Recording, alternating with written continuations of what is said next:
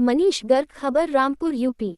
केंद्रीय कृषि मंत्री ने किसानों से कहा कि कृषि वैज्ञानिक लैब में बैठकर नहीं, बल्कि किसानों के खेतों में जाकर उनकी समस्याओं का समाधान करें। किसानों को खुद से दूर करने के बजाय उनके करीब लाएं, ताकि किसानों और वैज्ञानिकों के संयुक्त प्रयास किसानों की समृद्धि का कारण बने। कहा कि एक किसान ने बताया कि वह डायरेक्ट सीडिंग के माध्यम से धान की खेती कर रहे हैं, जिससे पानी की बचत होगी। ये निश्चित रूप से अच्छे परिणाम लाएगा। दूसरे किसान भी इस पर अमल करें तो न सिर्फ उनकी लागत बचेगी, बल्कि पानी की भी बचत होगी, जो उन्हीं के काम आएगी। खाट पर बैठकर देशी अंदाज में नजर आए शिवराज। केंद्रीय कृषि मंत्री ने चौपाल में प्रवेश किया तो कहा कि हम किसानों की बात सुनने आए हैं और किसानों से ही नजरें न मिले तो क्या फायदा। जिसके बाद किसान उत्साहित हो गए और जोरदार ताली बजाने लगे। चौपाल में बैठने के लिए न तो मंत्री के लिए कुर्सी थी और न ही किसानों के लिए। गांवों में खाट पर जो चौपाल सजती है, ठीक वैसा ही माहौल था। केंद्रीय मंत्री का ये स्वरूप और सादगी देखकर किसान भी उनके फैन हो गए। रामपुर के विधायक की देश में है चर्चा।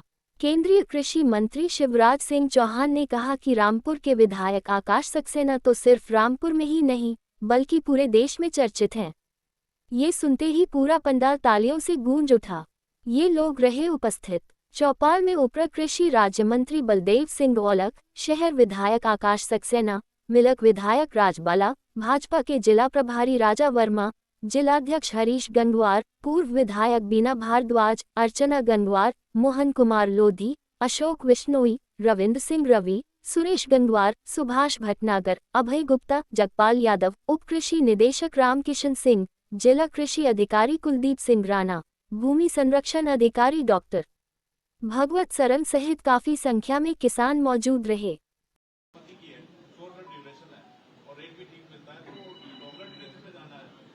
अपने यहाँ एक तो धान होती है, एक गेहूं होता है और एक गन्ना होता है। कोई एक एक करके, क्योंकि मैं भाषण देने नहीं आया, तो बात करने आया।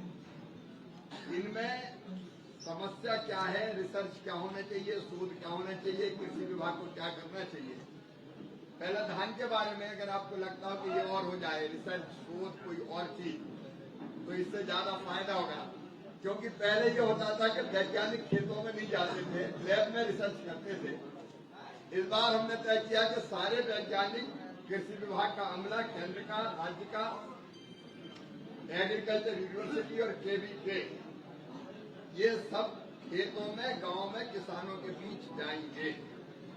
तो इस बार ऐतिहासिक रूप से सब गांव में तो नहीं गए, लेकिन लगभग 60,000 गांव में भारत में पहुंचे, ताकि वैज्ञानिक और किसान मिलकर एक तो हो जाए और बैठ कर तय करें कौन सी चीज पैदा करना है, दिक्कत क्या है, परेशानी क्या है, उसका समाधान क्या है। तो हम लोग धान से शुरू करते हैं। धान में आपको कुछ लगता हो, रिसर्च, शोध, अनुसंधान या फलानी चीज और हो तो फायदा हो जाए, कोई बताएंगे? 1509 हमारी जो वैरायटी है, एक्सपोर्ट क्वालिटी है, लेकिन उसमें बीमारियां ज्यादा लगती हैं। 1509 अगर उसका अनुसंधान हो, अच्छा होता, उसमें कीट ना लगे, किसी प्रकार की कोई बीमारी और पैदा ना हो, और उसका एक्सपोर्ट भी सही समय पे हो जाए।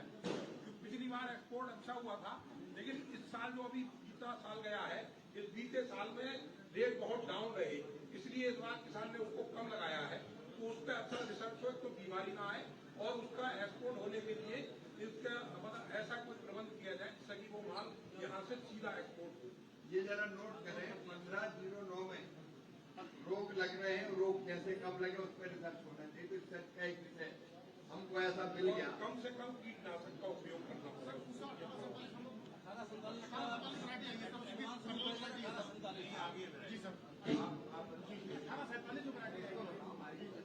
पूसा 1847 प्रजाति आई है, ये 1509 के करेक्टर है। इसमें 1509 की जैसी वैरायटी है, चावल की क्वालिटी उसी की जैसी है, उसी की जैसा इसके मार्केट का रेट है। आपने कोई डेमोन्स्ट्रेशन किया? सर हमने पिछले वर्ष और इस वर्ष कम से कम 30 डेमोन्स्ट्रेशन आप इस वर्ष कर रहे हैं सर। आप ऐसा करो, डेमोन्स्ट्रेशन चुपचाप मत करो, किसानों को ले जाओ, दिखाओ। जी सर। और वहाँ ट्रेनिंग दो कि ये वैरायटी है, इसमें रोग कम लगेंगे। इसके बाद भी मैं ये कह रहा हूँ, 1509 में रोग कम लगे वायरस अटैक का मुकाबला करना है, इसका रिसर्च आप कीजिए। दूसरी चीज मैं आपको बता रहा हूं कि चावल के एक्सपोर्ट पर बैन लगा था, अभी हमने एक्सपोर्ट पे पिछले दिनों बैन समाप्त कर दिया। दुनिया में कहीं भी चावल जाए, जहाँ अच्छे रेट मिले वहां किसान बेचे, ये व्यवस्था करती है। और मिनिमम एक्सपोर्ट प्राइस जो लगती थी चावल पे, वो भी खत्म कर दी। और कोई बताना हो तो हाँ, माइक देना भैया।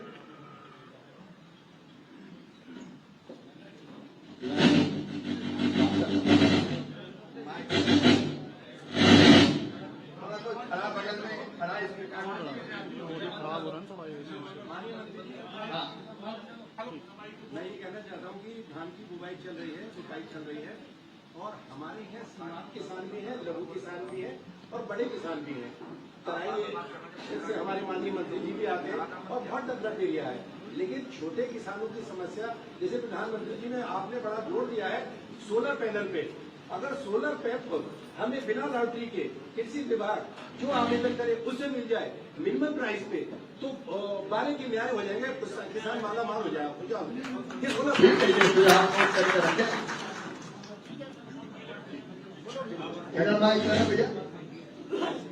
भारत जी माइक इधर दे दो। ठीक है सर, नमस्कार जी नमस्ते। मैं 2019 से लगभग एक सूखे में धान लगा रहा हूँ। सूखे में उपाय नहीं करते, पहले बोल देते। हाँ जी, सीधा सूखे में वो बो देते हैं।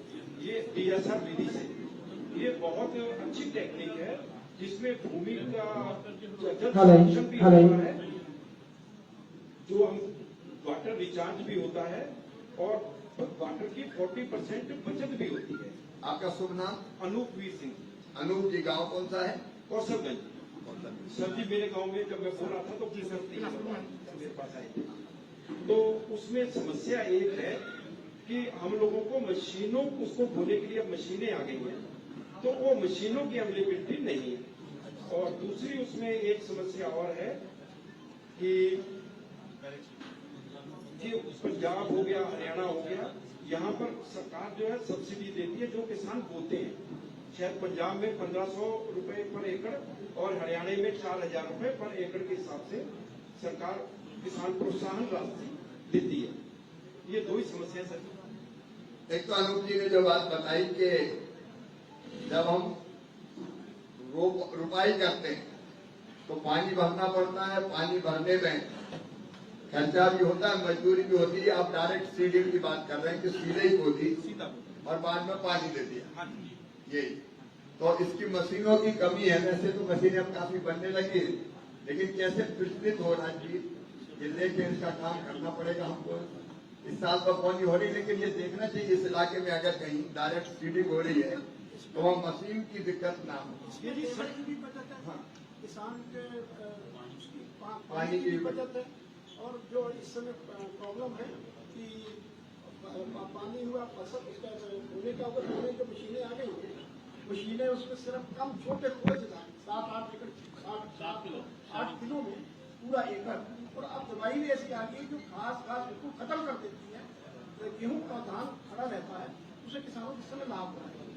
और ठीक है, जैसे गेहूं की पराली में आग भी नहीं लगानी पड़ती इसमें ना, तो पर्यावरण के लिए बहुत अच्छा है, क्योंकि सूखे में जुताई करते हैं, गेहूं की पराली में आग नहीं लगाते हैं। ठीक है आप कर रहे हैं, आप बधाई, आपने शुरू किया है कई जगह, धीरे धीरे किसान इसको शुरू कर रहे हैं। इसके प्रचलन को और बढ़ावा देंगे, और जो आपने सुझाव दिए हैं वो भी हमने नोट किया। अब और कोई किसान धान के अलावा भी बताना हो, गेहूं में, गन्ने पे? हाँ दयाराम जी। छोटा जो किसान है जिसके पास ये लेकर जमीन है तो बहुत परेशान होता है, उससे कोई लाभ मिले या उससे कोई साधन मिले। बड़ा किसान तो ले जाते हैं लाभ, उनको लाभ मिल जाता है। छोटा जो किसान है बिल्कुल 1-3 एकड़ से नीचे है, उसको कोई लाभ मिलने की समस्या नहीं है, तो बीज भी कुछ सब्सिडी दी जाए ज्यादा से ज्यादा, और उसके लिए अपने यहाँ कस्टम हायरिंग सेंटर है क्या? यहाँ तो मशीनें मिल जाए किराए पे, चल रहे काम कर रहे हैं। ठीक है, मेरा साथ कहना जाए छोटे किसान को कोई लाभ नहीं। माननीय मंत्री जी, मूलभूत किसानों की सुविधा है, सबसे पहले सॉइल टेस्टिंग की न्याय पंचायत स्तर पे लैब होनी चाहिए। किसान की जिले स्तर पे सैंपल डालिया का उसकी रिपोर्ट आती है 3 साल बाद। हम NPK डाले, यूरिया डाले, DAP डाले, हमारा लगातार फर्टिलाइजर का कंजम्पशन बढ़ता जा रहा। किसान को यही पता नहीं है मेरे खेत में है क्या। इसलिए मेरा आपसे अनुरोध है, भारत सरकार से अनुरोध है, जिस प्रकार मनुष्य की लैबें खुली हुई है, खून टेस्ट होता है, इसलिए प्राइवेट लैबें खोल के न्याय पंचायत स्तर पे या प्रधानों को जो आप पैसा दे रहे हो उसमें कोई व्यवस्था करके हर गांव पे लैब जब तक नहीं खुलेगी किसान का उद्धार नहीं होगा। उसे यही पता नहीं मेरी जमीन में पड़ना क्या। आपने बहुत अच्छा सुझाव दिया है। कई बार किसान को पता है नहीं, रामलाल डाल रहा है तो मैं भी श्यामलाल भी डाल दूंगा उसी खाद, जबकि जमीन में तत्व अलग अलग है। नाइट्रोजन कितना है, पोटाश कितना है, जिंक कितना है, आर्गेनिक कार्बन कितना है, वो देख के जिसकी जरूरत हो वो डालना चाहिए। अब जिस चीज की जरूरत नहीं हो और वो दवाई खिला दो आदमी को तो आदमी का क्या होगा। वैसे ही फसलों का भी और खेती का भी यही है, मिट्टी का कि जरूरत है नहीं और ज्यादा डाल रहे हैं। एक मैं आपको बता रहा हूं कि अब नई मशीनें आ गई है जिसमें 15 मिनट के अंदर टेस्ट करके रिपोर्ट मिल जाएगी। साल भर 6 महीने 3 महीने लगेंगे ही नहीं। उनको हम ज्यादा प्रचलित करवाने का एक अभियान चलाते हैं ताकि मिट्टी ली अब नई टेक्नोलॉजी आ गई तो, लेकिन ये बिल्कुल सही बात है कि मिट्टी में कौन से तत्व इसकी जानकारी होनी चाहिए। आपके सुझाव का स्वागत है। नहीं, वो तो हर एक को खरीदने की जरूरत नहीं पड़ेगी, वही हर एक को खरीदने की जरूरत नहीं पड़ेगी। एक कोई तय हो जाएगी, एजेंसी हो जाएगी, टेस्ट करेगी और दे देगी, उसको और प्रचलित करना। और इधर से कोई मैं अधिकतर साहब करना होता था यहाँ चीनी मिल रामपट्टी बंद हुए, मेरा खेती में चीनी मिल होती है ताकि किसान गन्ने का उत्पादन कर सकें। आपका ठीक, धन्यवाद।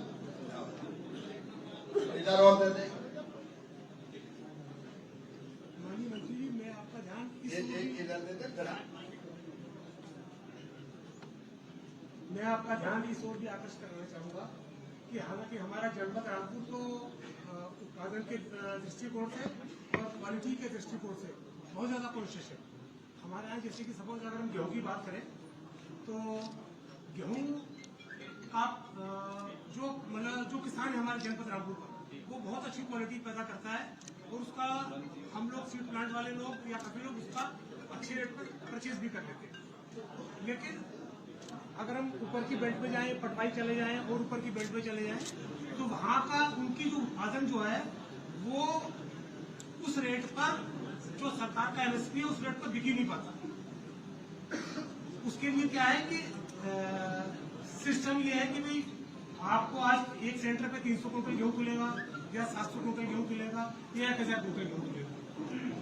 एक किसान के पास गेहूं 200 कुंटल हो रहा है, एक किसान का एक ही दिन में नंबर आएगा, अगले दिन उसका नंबर खत्म हो जाएगा। आप खरीदने की बात तो इस व्यवस्था को भी थोड़ा जरा सुधार किया। आप और इसके बाद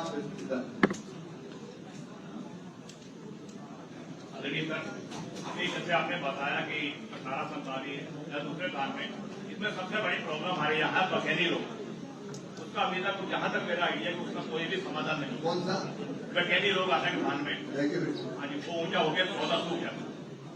एक तो ये सर समस्या है। दूसरा सर हमारे साथ यह है कि यदि हम यहाँ इंश्योरेंस कराते हैं और यदि जल भराव हो गया तो इंश्योरेंस उसमें क्लेम नहीं करता। जल भराव में हमें यदि जल भराव से हमारा धान खराब होता है उसमें हमें क्लेम नहीं मिलता। तो क्या सर इसके अलावा मक्का के बारे में हाँ बोलिए जी। मेन क्या है कि हमारा जो क्षेत्र है मक्का का, तो इस बार हमने पहले साल लगाया लगभग 7000 एकड़ हमारे यहाँ मक्का हुआ। लेकिन मक्का हुआ तो, लेकिन उसमें क्या हुआ, कुछ किसानों ने ग्लाइफोसेट डाला, उसमें पैराक्वाइट डाला, या विभाग डोर टू डोर जाके किसानों तक मिला तो वहाँ ये बात हुई कि हाँ जी मक्का की जो हमें वैरायटी बताई गई थी 4 महीने, लेकिन हमारी ये तराई की बेल्ट है, ये तराई की बेल्ट नमी होने ज्यादा कारण 150 दिन में तैयार हुई। तो लोगों ने पैराक्वाइट, जिसे साधारण ग्रामोत्सव बोलते हैं, ऐसी चीजें डाली। लेकिन हमें ये कहना था कि निवेदन यह कि यदि हमारे साइड में ट्रायल लग जाए तो मक्का का क्षेत्र और बढ़ सकता है। अभी तो 7000 एकड़ है पहले साल ही, यदि यहाँ ड्रायर लग जाए, दूसरा काम है यदि ड्रायर भी हो उसके साथ साथ ग्रामीण क्षेत्र में फड़ बन जाए तो हमें धान की भी आसानी हो सकती है और मक्का भी हो सकती है। बकानी डिजीज की बात कर रहे हैं, डायरेक्ट सीडिंग में जाओ, बकानी नहीं है, सीधा सीधा इलाज। अभी सर पूरा क्षेत्र डायरेक्ट आ नहीं रहा। एक साथ नहीं जाएगा, हम दोनों चीज करेंगे। एक इसका इलाज हम ढूंढ गए कि हम क्या डालें जिससे वो या क्या परिवर्तन करें उसमें जिससे वो रोग ना आए। डायरेक्ट सीडिंग को तो धीरे धीरे प्रचलित करना पड़ेगा, एकदम सब नहीं आएंगे। हाँ माननीय मंत्री जी, एक अनुरोध है, हमारे जो सम्मानित किसान भाई हैं वो जो यूरिया डाल रहे हैं उसके साथ जो है नैनो दी जाती है, वो किसानों को पसंद नहीं है, वो जबरदस्ती दी जाती है। जिस भी दुकान पर जाते हैं तो उन्हें नैनो यूरिया जरूर दी जाती है, जो कि उसका कोई रिजल्ट अभी किसानों को, हम लोगों को नहीं मिल रहा है। एक चीज तो ये। दूसरा सर एक अनुरोध यह है, हमारे जो फलदार वृक्ष हैं या सादा वृक्ष हैं उन पर एक कड़ी कीड़ा है, वो पूरा नष्ट कर रहा है किसी भी कारण। बहुत दवाइयां लगाई जा रही हैं, तब कहीं अमरूद हो रहा है, तब आम हो रहा है।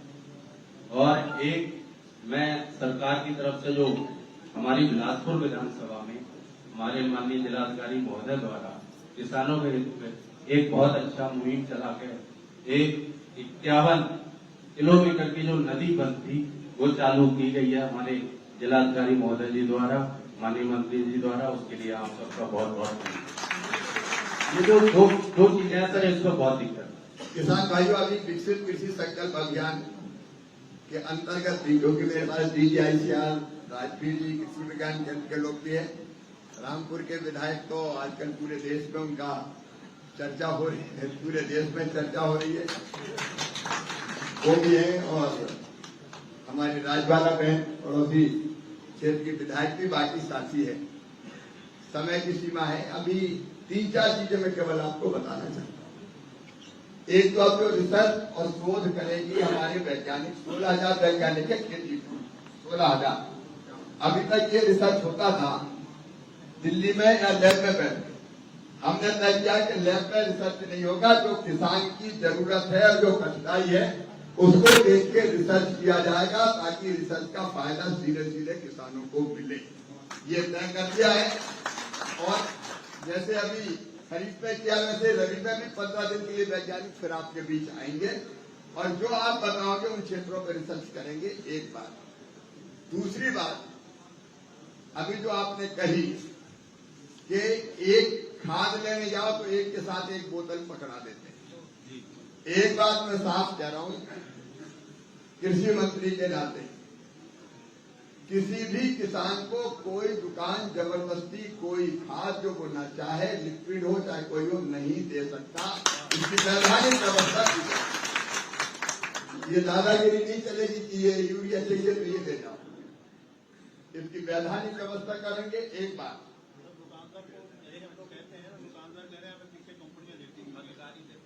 अब उसके भी आदेश ऐसे औपचारिक निकालेंगे कि जिससे दिक्कत ना हो। ये विकसित कृषि संकल्प अभियान में ये बात सुनने में आई, कई किसानों ने कही, इसलिए इस दिशा में कदम उठाएंगे। 2 चीज और है, थोड़े भैया इधर हो जाओ ना, देख देना। 2 चीज और है जिसकी लगभग हर जगह किसानों ने चर्चा की। एक चीज तो ये है कि बीज कई बार अमानक स्तर का घटिया निकलता है। जब खरीदते हैं तब अलग अलग गुण बता के और बाद में पता चला वो घटिया निकल गया। वैसे ही हम दवाइयां डालते हैं, कीटनाशक दवाई, तो कीटनाशक दवाई कई बार अमानक स्तर की होती है या घटिया होती है। और अभी जो कानून है उसमें कड़ी सजा का प्रावधान नहीं है। इसलिए हमने ये फैसला किया है कि घटिया बीज देने वाली कंपनी, घटिया कीटनाशक देने वाली या नकली खाद देने वाली कोई भी कंपनी होगी तो हम पेस्टिसाइड एक्ट और सीड एक्ट में कड़ी सजा का प्रावधान करने वाले, ताकि ऐसे बेईमानों को किसी भी कीमत पर छोड़ा ना जाए और इनको कड़ी से कड़ी सजा दी जाए। उस दिशा में भी हमने एक्ट पर विचार करना शुरू कर दिया। तो जितनी ऐसी समस्या आ रही है, नैनो यूरिया के बारे में भी, नैनो के बारे में नैनो के बारे में बात आई कि पहले का 4% उसमें काम चल जाएगा, फिर का 16%, 20%, तो ये नहीं चलेगा। हमने तय कर लिया ICR बाकायदा ढंग से टेस्ट करे, देखे और जो वस्तु स्थिति है वो बताए, ताकि सही मात्रा में नैनो में तत्व है कि नहीं, उसके बिना खाद किसी भी कीमत पर हम अप्रूव नहीं करेंगे, उसकी व्यवस्था कर ले ताकि किसान को कोई दिक्कत ना हो, कोई परेशानी ना हो। किसान भाइयों, प्रधानमंत्री जी के नेतृत्व में और उत्तर प्रदेश के मुख्यमंत्री जी के नेतृत्व में यहाँ कृषि राज्य मंत्री जी बैठे, हर संभव प्रयत्न हो रहा है कि खेती में जो आने वाली समस्याएं हैं उनको कम करें और विकसित भारत के लिए विकसित खेती और समृद्ध किसान, ये हमारा लक्ष्य है। और इससे मैं भी ये तय किया केवीके के लोग हर सप्ताह 3 दिन कम से कम फील्ड में जाएंगे। अभी मैं यहाँ के केवीके की बात नहीं कर रहा, लेकिन कई जगह केवल हम बैठे रहते हैं केवीके। हमारा काम है किसानों के बीच में जाना और उनको एजुकेट करना है, जानकारियां देना। और कृषि मंत्री के रूप में मैंने भी तय किया है कि कम से कम सप्ताह में 2 दिन खेतों में किसानों के बीच ही मैं रहूंगा, ताकि सही तकलीफ और परेशानी उनकी हम देख सकें और राज्य सरकारों से मिलकर उनको दूर करने का काम कर सकें। आपसे मिलकर मुझे और जितनी चीजें आपने बताई इन सब पर भी काम करेंगे और आगे भी कृषि विभाग का अमला हो, राज्य सरकार हो, केंद्र सरकार हो, केवीके हो या वैज्ञानिकों की टीम, वो आपके बीच में आती रहेगी। मैं तो सेवक हूँ आपका और ये कोशिश ये है कि मिलकर हम बेहतर काम करें, क्योंकि समृद्ध किसान और विकसित खेती के बिना विकसित भारत बन नहीं सकता। जरूरी है कि किसान की समृद्धि बढ़े, उसके लिए हर संभव प्रयास जारी रखेंगे। समय की सीमा है और मेरी 8 बजे दिल्ली में बहुत जरूरी बैठक है और आगे एक जगह लखपति दीदियों से भी मिलने का कार्यक्रम मैंने रखा है, क्योंकि वो ग्रामीण विकास विभाग भी मेरे पास है, तो भावी चर्चा करना है। आपसे मिलकर बहुत प्रसन्नता हुई, आप सबको बहुत बहुत धन्यवाद। ठीक है जी।